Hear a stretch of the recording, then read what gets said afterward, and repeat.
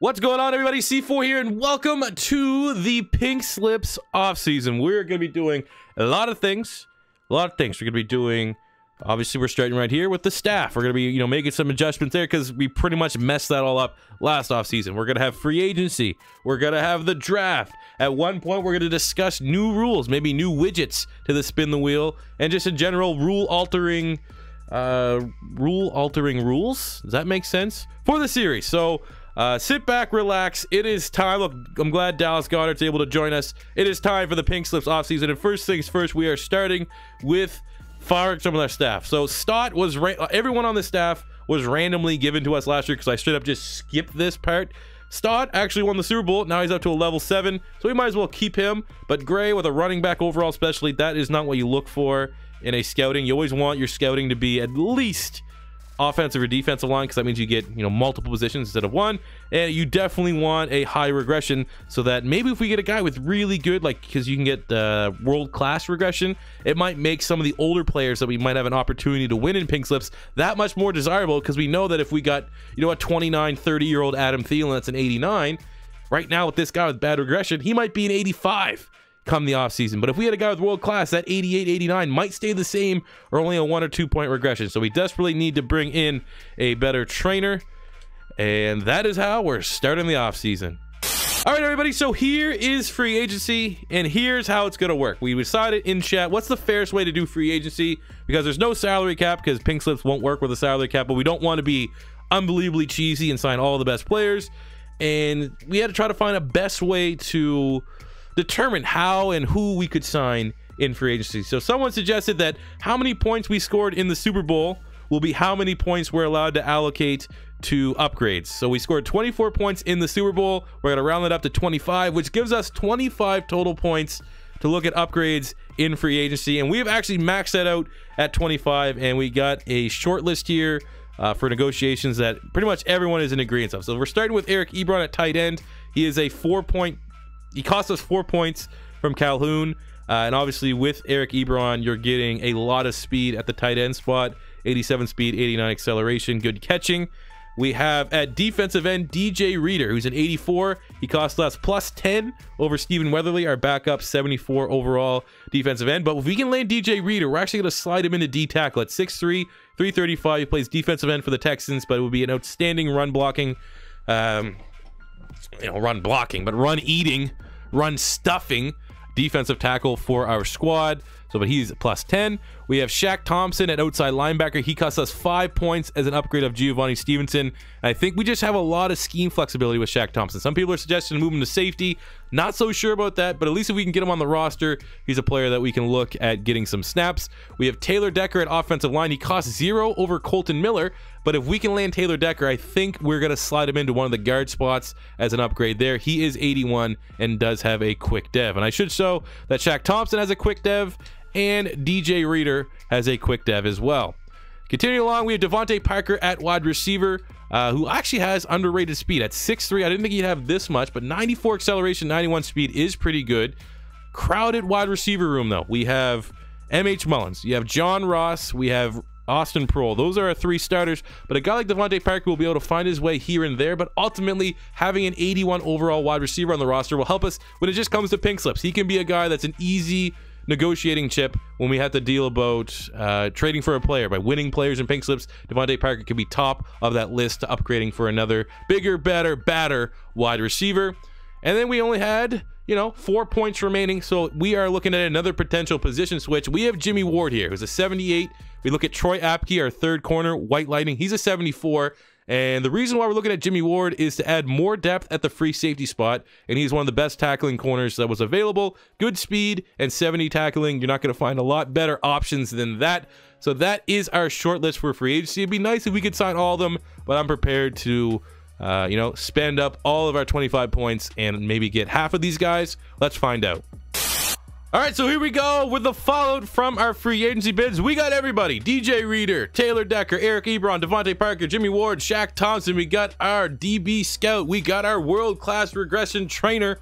We are looking every bit the part of a Super Bowl champion. So that is huge gets for our team.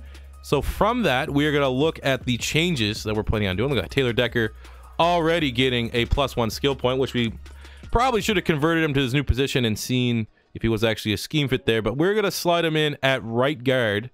I feel like that's probably going to be his best spot, taking over for Jordan Mailata, who, I mean, maybe we could look at making Mailata a fullback like we have in the Toronto Huskies.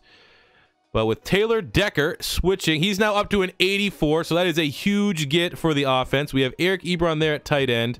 We got Devontae Parker, who's walking around like he's wide receiver 2, but you're very much wide receiver 3 with Prohl being our starting slot. When we look at the defensive side, we're going to go here to Mr. Jimmy Ward, and we're going to make him a new free safety. So Jimmy Ward is going to go from a 78. I think he might actually get a little bit upgrade. I'm going to say maybe up to an 80, 79 minimum. There's no way he's going to get a downgrade from making this switches. Oh my God, Madden's slow on console. He stays the same as 79, but we're going to go with Moore as our starter because obviously he's coming off how many picks? What kind of a year did Tarvarius Moore had? Just so people don't forget what kind of look. He had four picks, 3 TFLs. Like that's, you know, at least enough that there's going to be a little bit of competition. He doesn't outright lose his position, and now we have some depth behind him. And more important, we have a guy, because obviously, you know, I like Tarvarius Moore. So if we want to upgrade the safety spot, we can maybe flip Jimmy Ward, who we have no real connection with, and keep Tarvarius Moore on the roster. So moving from that, we have Shaq Thompson, who's going to be there. I think because of that, we could probably take Giovanni Stevenson for the time being, just for now, and move him inside to the middle linebacker role to back up Tremaine Edmonds. So that just adds a little bit more depth there. We don't have injuries on because injuries would just absolutely ruin pink slips, just like the salary cap would. But, you know, sometimes you have 2 linebackers out there, depending on what set you're running, and it only takes a little bit of a regression. Lastly, we are taking DJ Reader. We're going to switch him before we spend that skill point, and we're going to make him from an 84. I think this is going to be a big jump to the defensive tackle spot along with Mick Sackville. I think he's going to jump at least 2. So he started as an 84. We have 1 skill point in the bank to spend if we want. And he is now from an 84 only an 85 plus 1 skill point, which will help. And maybe we can make him a scheme fit as well, which we do. So he's now an 86 overall. Just run stuff and machine. Our team has got that much better. We've got 3 overall points better from this free agency period, and we still have the draft to go. Let's get into the draft. Before we get into the draft, I said that there was going to be an opportunity for everyone that watches this series to get involved and potentially alter some rules. We have some scoring changes that I haven't had time to make the new Photoshop image, but I'm just going to tell you right now. We have changed it so that if we get a +14 win, we used to get 1 full star. That has now been downgraded to a half star. If we win the turnover battle, that used to be a full star. We're knocking that down to a half star. And so it doesn't just seem like we're taking away. We're actually going to add another way to earn 1 full star, and that is with a defensive or special team touchdown. As you can see on the screen right now, there is the wheel. And as of right now, this is everyone in the chat had their chance. I'll wait, because obviously, you know, before we record episode 1, this will already go live on YouTube. Everyone in the YouTube comments who might not have been able to make the stream, feel free to let me know suggestions for scoring. But also, here is the widget as it stands right now. There are 6 spots. Some changes have been made. We're still always looking for ideas, so feel free to leave your suggestions. But right now, we're going with, we're keeping the Dev Boost upgrade, which means if we spin that, we can increase one of our players' Dev Boost. We're keeping the +20, which helps with scoring when you win a game. We have +1 star that will carry over into the next game, so that is, you know, pretty forward thinking. I think that could help us out in some scenarios. We have Steal a Pick, which is essentially, you know, it's not super cheesy, but it helps us out. So how Steal a Pick would work is, we already did it in the Tennessee Titans game, I think, from last year, is if we got the whale, we upgraded our second for the Titans first. And then we can only then go from, you know, upgrading our third to a second, our fourth to a third, you know what I'm saying? So, you know, you can't cheese it and get like 19 first-round picks, but you can continually and slowly upgrade your drafts. We have +5 attributes to anyone we want. We can straight up go to MH Mullins and make him even faster. We have 5 points to spend on any player however we want. And then we have number 6 on the wheel is bench a player. So usually these are double headers, and if we spin that and we are, say, taking on the Green Bay Packers, we could say you're benching Aaron Rodgers. How it works, though, is that player that we do decide to bench is immune from us stealing them away if, in fact, we win that game. So those are the new 6 wedges. Again, keep sending in your suggestions. We can always add more spots to the wheel. Less so with the scoring. Once the scoring is set, I like to keep that for the entirety of the season. That being said, now, those are the changes. Now it's time to get into the draft. Everybody, welcome to the draft. Me and Chats here live on Twitch have gone through, kind of skimmed through all the prospects and have our short list. It's not so great at the tail end of the draft, but there are some upper tier prospects that we have some interest in. So looking at our draft board, first of all, the greatest name of all time, Dixon Cox from Florida, a running back. What we are looking for, at least from an offensive standpoint, is I want a running back that can run the C4 special. And I think Dixon Cox, he's the fastest running back in the class, got good size, and maybe the greatest name of all time. We have 2 first-round picks. I think we might try to target him with the second of those first. We have Leventris Hicks. He has really good, traits, short route running, catching traffic, and good catching. 6'7" combine grade, ran a 4.49, and look at the speed, 6'5", 221. We'll try to pull a trigger on him if he's still there in the third. Really, really good-looking tight end here in the second, Eric Ulrich. I mean, unfortunately, we did sign Eric Ebron in free agency, but look at this. This guy might be too good to pass up. 6'7", 270, he's 21. Number 140, number one just pretty much for the whole combine, but 4.57 speed at 6'7" is pretty ridiculous. We got some offensive line prospects that we're not really going to overexert ourselves to get. Rashard Lawrence is a Lane Johnson regen, 6'9" combine grade at 6'7", 21. Got that high bench press, got that high 40-yard dash. He's definitely on some Mexican supplements for sure. Defensively, we have this guy that didn't attend the combine. I'm getting maybe some Madden 17 vibes from him, that he could be pretty good. We got an all right middle linebacker here, but this is the big pick. I think he's going to be the guy we're going to select with our number 10 pick. Alex Tipton from Tennessee. Look at the good traits, 7'3" combine grade. This guy's a freak of nature. I think he will be our first selection. We got a late round corner. It looks all right. Decent looking safety in the third round. It is what it is. It's a decent draft board. It's not the greatest draft class. The fact that there's no one really after the third round, we're going to have, picks in the 4th, 5th, and 6th, and 7th that are just going to be shots in the dark. But this is definitely a draft class that we can make top heavy and add some big time impact playmakers. So let's get into the draft, and let's decide who we're picking at pick 10. All right, so with the first pick for the Diablos at pick 10 in the first round, we're going to be selecting Alex Tipton, the right outside linebacker from Tennessee, 6'5", 245, A- hit power, B+ power move, B- tackle with the 32 reps on the bench press, 4.60 40-yard dash. Let's see what kind of playmaker we're bringing in. He is an 81 star dev player, ranked number 4 in true talent, selecting him at number 10. 82 tackle, 92 hit power, 84 speed, 86 acceleration, 86 power move. My God, 86 strength. This guy might be a freak of nature. We don't even have to look at moving him to defensive end. What a selection. What a monster. And with our second first round pick, even though there's a really, really OP looking tight end who, I mean, fingers crossed he could be there in the second for us. What's he, early second rounder? He's mid. There's a chance. I don't know what our second round picks look like. Dixon Cox is too good to pass up. The greatest name maybe of all time. That 4.38 40-yard dash. We're looking for a running back that can execute the C4 special. The more speed, the better. So with the 32nd pick in the first round, the Diablos are selecting Dixon Cox, running back from Florida. And he is a 78 quick. Number 21 in true talent, getting him at number 32. He has 94 speed, 91 acceleration, 89 agility, 82 break tackle, 80 carry, and 81 ball carrier vision. Got real good spin move, decent strength. My God. This guy here could be our outright starter eventually. Love him. What a selection. Thank you, chat. I mean, this was a pretty easy pick because of the name, but good call on this one, chat.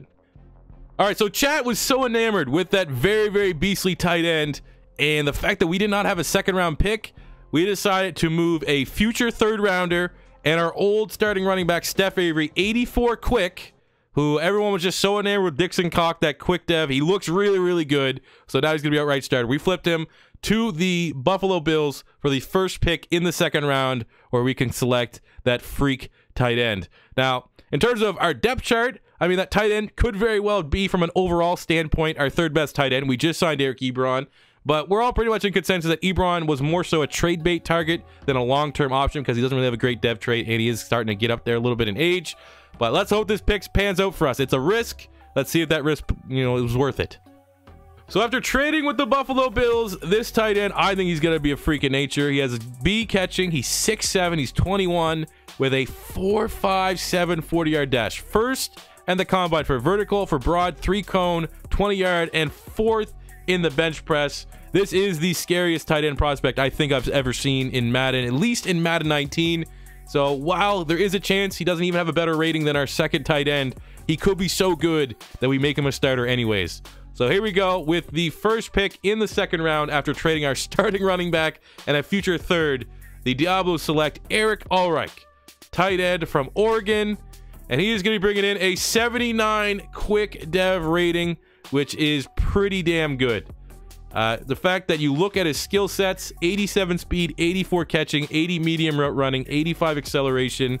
His blocking is not great, but he is a pretty good player. And you have to remember that we have Frantanzi Calhoun, who's a converted wide receiver, is somewhat limited as a tight end. We weren't getting much in a run block game. You weren't getting much anyways from Ebron. So, I mean, in terms of upside, this guy is way more upside than the other two players at the tight end spot. Is it a good trade? Only time will tell, but this guy is a freak of nature. And, the only kind of thing that kind of sucked was the running back Aver that we traded did have a quick dev, and at least we were able to regain and reacquire a player with another quick dev trade. All right, so we basically were able to trade out of the draft to get picks for future years because literally our draft board was destroyed. And getting future picks definitely helps out because with that option on the spin the wheel of swap a pick, the more picks, the better. So as you never know, what if we have 5 spin the wheel attempts and they're all get a draft pick? We have a bunch more picks. We can all have a beefy draft class next year. So we have the final pick, Mr. Irrelevant, in round 7. And there is a new Mullins. Another player from the Mullins clan has decided to declare out of Montana a deep threat. You can see that speed, not as fast as MH, but that 4.41. He was the 4th fastest wide receiver at the combine, has B- catching.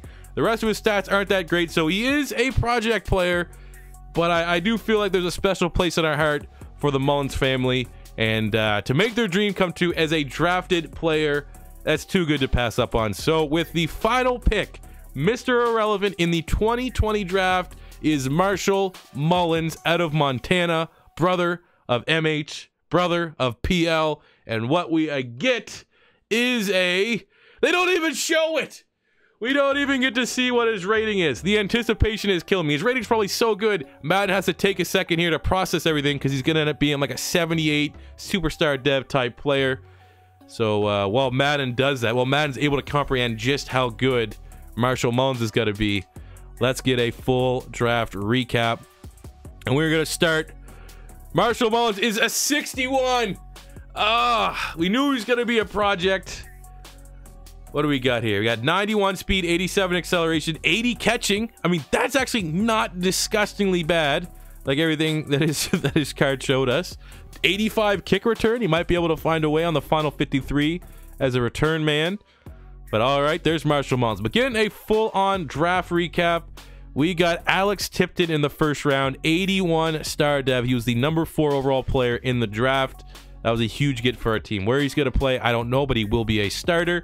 We got Dixon Cox, who is now our starting running back because we flipped Steph Avery to the Buffalo Bills to get a second-round pick. So we are going to be going all in here on the rookie out of Florida, Dixon Cox. Never going to be annoyed of saying that name. 78 quick dev, got good speed, 94 speed, got good break tackle. This guy's pretty well rounded. I'm surprised that break tackle in this game doesn't really correlate with trucking, but it is what it is. In the second round, the pick that we traded up to get, we got Eric Ulrich, the 79 quick dev tight end. I don't know where he's going to fit on our team. He already got hit with a confidence boost, which I don't know why. Maybe he just hates the heat of Mexico, or, judging by his athletic traits, maybe he got his bag searched while he's crossing the border and they took away some of his special supplements. Maybe he has supplements that are too crazy. We all know Oregon, Chip Kelly had those super duper fancy smoothies. Maybe those are even so illegal they can't even get across into Mexico. That explains how much of an athletic freak this guy is. Third round, we got a good depth linebacker, 73 out of UTEP, Hudson Schafering. And then we finished in by adding the newest member of the Mullins clan into the C4 world. So that is our draft class. We will get ready all the way up into the preseason, and we'll wrap this video up for the offseason of the Pink Slips. All right, so we are done the draft, and as we wrap up this eventful offseason, we last need to figure out the reshuffling of the captains. So everyone should know by now the captains are the players that are immune. If we ever lose a game, which is few and far between, but it does happen, the captains are the players that are untouchable. So here, as we enter the next season, so it'd be the 2020 season, here are your Diablo players, better known as the Untouchables. Jalen Ramsey, Zeus, Zach Zeitler, Jair Alexander, Bradley Chubb, MH Mullins, and we are welcoming new to the club, our first overall pick from the 2020 draft, Alex Tipton. Those are your Untouchables. They can change week from week depending on if you want to be strategic or not, but most of the time, 90% of the time, these captains are going to remain the same for the entirety of the season. So welcome to your captains, and I'd like to introduce every one of you to the brand new defending Super Bowl champion Mexico City Diablos. That does it for the offseason. Thanks everyone for tuning into the stream. Thanks everyone for watching here on YouTube. It's going to be a pretty short turnaround for the beginning of the regular season, so you're not going to want to miss out on that. As always, if you like seeing these replays uploaded on YouTube, the way I know you guys are enjoying watching them is smashing that like button, so continue to do that. Subscribe if it's your first time stopping by, and until next time, it's C4 saying peace out.